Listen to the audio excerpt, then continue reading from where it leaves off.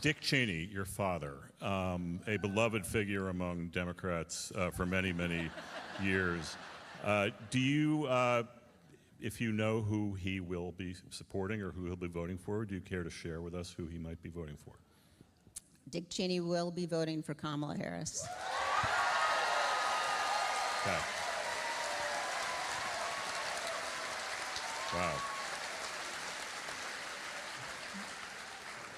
Words I never expected to hear.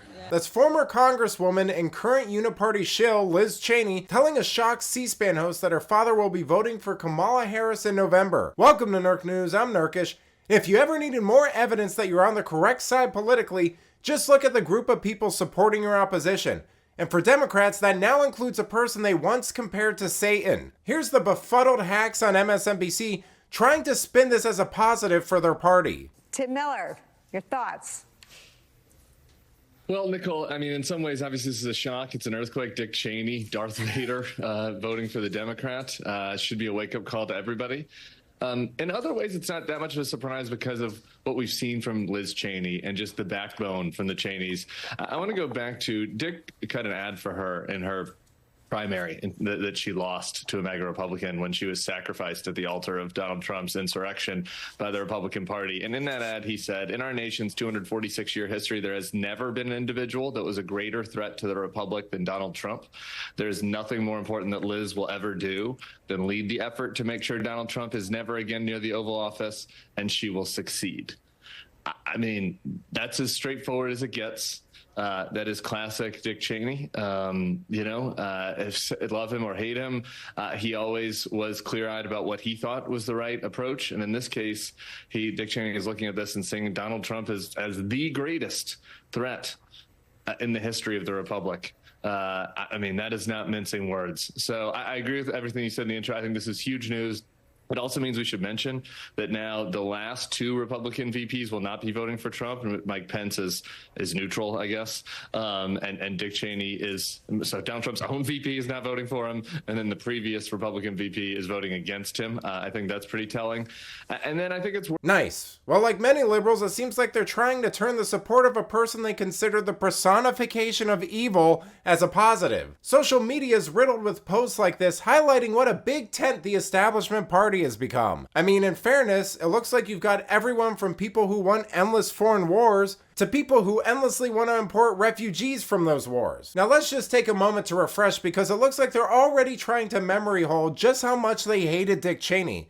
But thankfully, the internet is forever. Vice President Cheney interpretation of the Vice President? Vice President Cheney's been the most dangerous vice president we've had probably in American history. He has the idea he doesn't realize that Article 1 of the Constitution defines the role of the Vice President of the United States. That's the executive. He works in the executive branch. He should understand that. Everyone should understand that. The only authority the Vice President has from a legislative standpoint is to vote.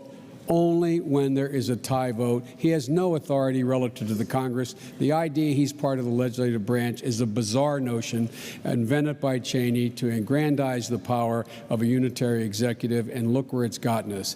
It has been very dangerous. Let's talk conventional. We are still trying to figure out what it does to us as a country, and specifically what it does to the Republican Party, to have had somebody that radical in the vice presidency for 8 years. How does that affect the party in an ongoing way, particularly as the party is still sort of trying to find itself? I mean, when George W. Bush left office, his approval rating was 22%, but Dick Cheney's was 13%. Herpes was more popular than Dick Cheney when he left office. America woke up from the Bush years by saying, oh my God, what were we smoking?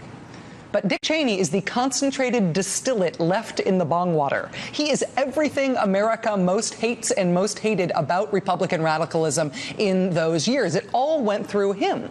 Just his history alone is the history of what the Bush administration will be famous for if the history of the Bush administration is written by unkind people. Well, good luck squaring that circle, guys. You know, it's funny how their hatred for Trump doesn't allow them for a millisecond of introspection on this. It has to be anti-Trump fear-mongering 24/7 nonstop. Every piece of news they have has to be spun into some sort of narrative to bash him. It's all reactionary and no substance. Yet they have the nerve to say that Trump and Vance are the ones obsessed with attacking their opponents in avoiding discussing policy. Well, last I checked, I haven't heard much about that from the Kamala Harris camp. But let me know what you think. How do you feel about Cheney supporting Harris? Let me know in the comments, and if you enjoyed this video, please give it a like and subscribe to the channel. That stuff really does help us out. Until then, this has been Nerk News. Thanks for watching. Bye.